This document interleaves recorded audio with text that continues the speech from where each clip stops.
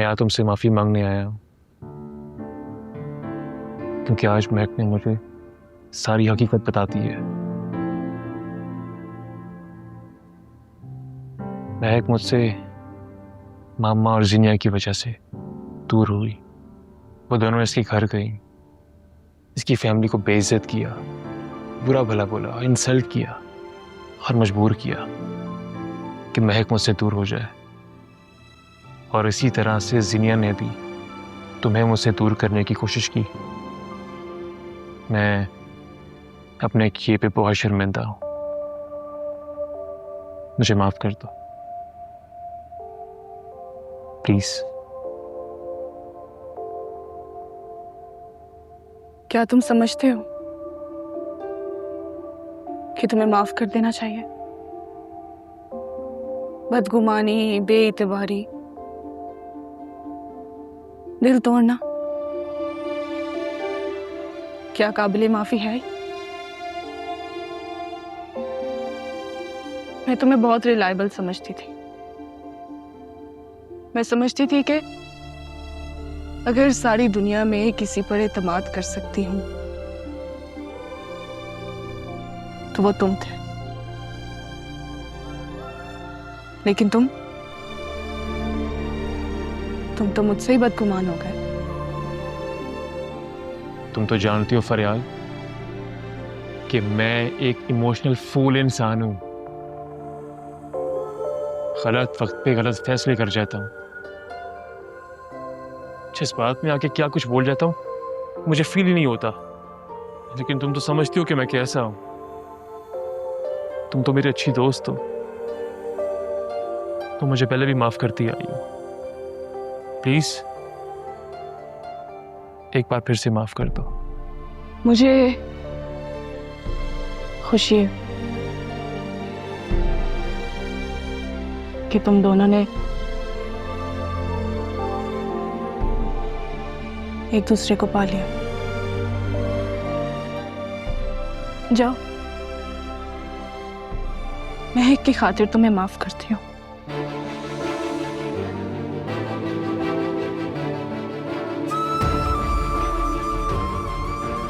महक,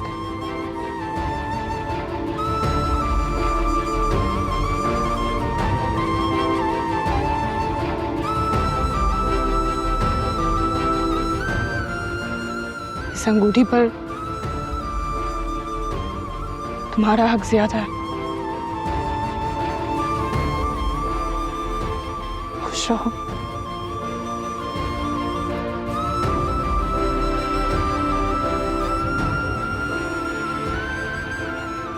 यहाँ आओ बेटा।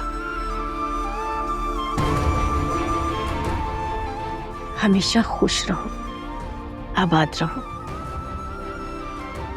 मुझे जिस तरह से फरियाल अजीज है ना, उसी तरह जरार की खुशियां भी प्यारी हैं।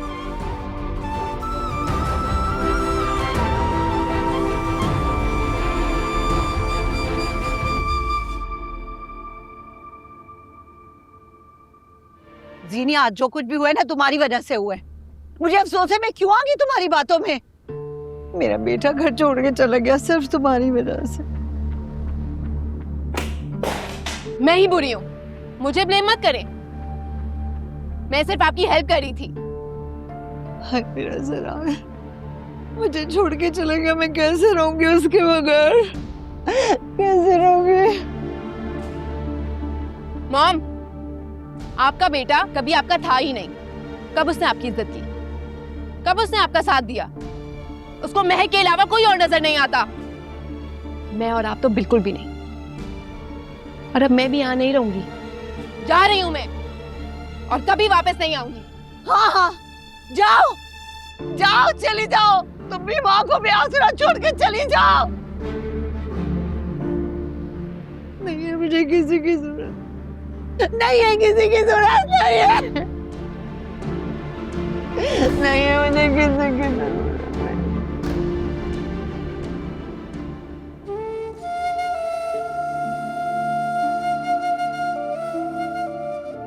बेटा, मेरा रब तुम्हारे सब्र को आजमा रहा है।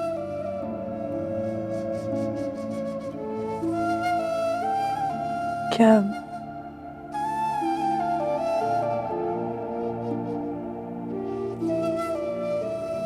सब्र की कोई आखिरी हद भी है? कहने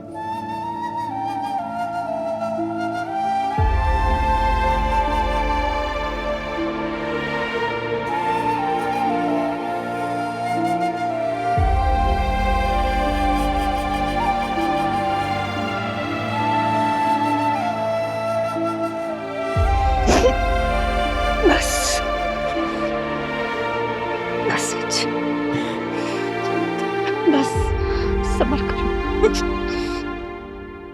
अस्सलाम वालेकुम अंकल। वालेकुम सलाम। वालेकुम अस्सलाम। डॉक्टर साहब कैसे हैं आप? जी बिल्कुल ठीक हूँ, आप कैसे हैं? अल्हम्दुलिल्लाह। प्लीज़ बिस्मिल्लाह बैठिए, तशरीफ़ रखें। बैठो बेटा।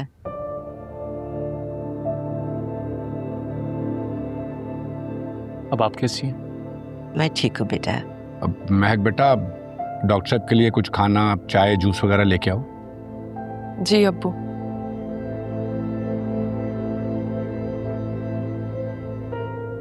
अंकल, सबसे पहले तो मैं आप दोनों से अपनी मामा और बहन के रवैयों की माफ़ी चाहता हूँ। मेरी बात का यकीन कीजिए, मैं इस बारे में कुछ नहीं जानता था। सच पूछे तो हमें इस बात का यकीन ही नहीं आ रहा था कि आप उनके ही बेटे हैं। आप इतने हमदर्द, रहमदिल, नेक नीयत, और वो दोनों किसी की भी इज्जत को। खैर छोड़ें इस बात को। जी अंकल, मैंने कहा ना आपसे, मैं बहुत शर्मिंदा हूँ। इसीलिए आज मैं आप दोनों से महक का हाथ मांगने आया हूँ।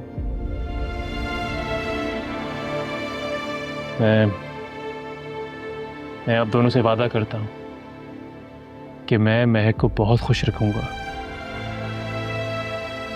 और बहुत जल्द मैं उससे निकाह करना चाहता हूँ। बेटा, आपकी अच्छाई और नेक नियति से इनकार नहीं, लेकिन महक हमारी एक लौती बेटी है और हमारा ख़ानदान एक रवायती ख़ानदान है। सब अजीज़ रिश्तेदार, बहन भाई, सब लोग हैं और हम यही चाहते हैं कि उन सब की मौजूदगी में अपनी बेटी को इज्जत से रुखसत करें। और आपको भी पता है कि इस नेक काम में यही तरीका और यही असूल होता। मेरी बात को समझ रहे हैं ना आप? जी अंकल, मैं समझ रहा हूँ। आपके घर वाले ना सही, आपके खानदान में कोई और तो बड़ा होगा जो हमारे पास इज्जत से आए और हमारी बेटी का रिश्ता मांगे और हम इज्जत से ही उसको रुखसत करें।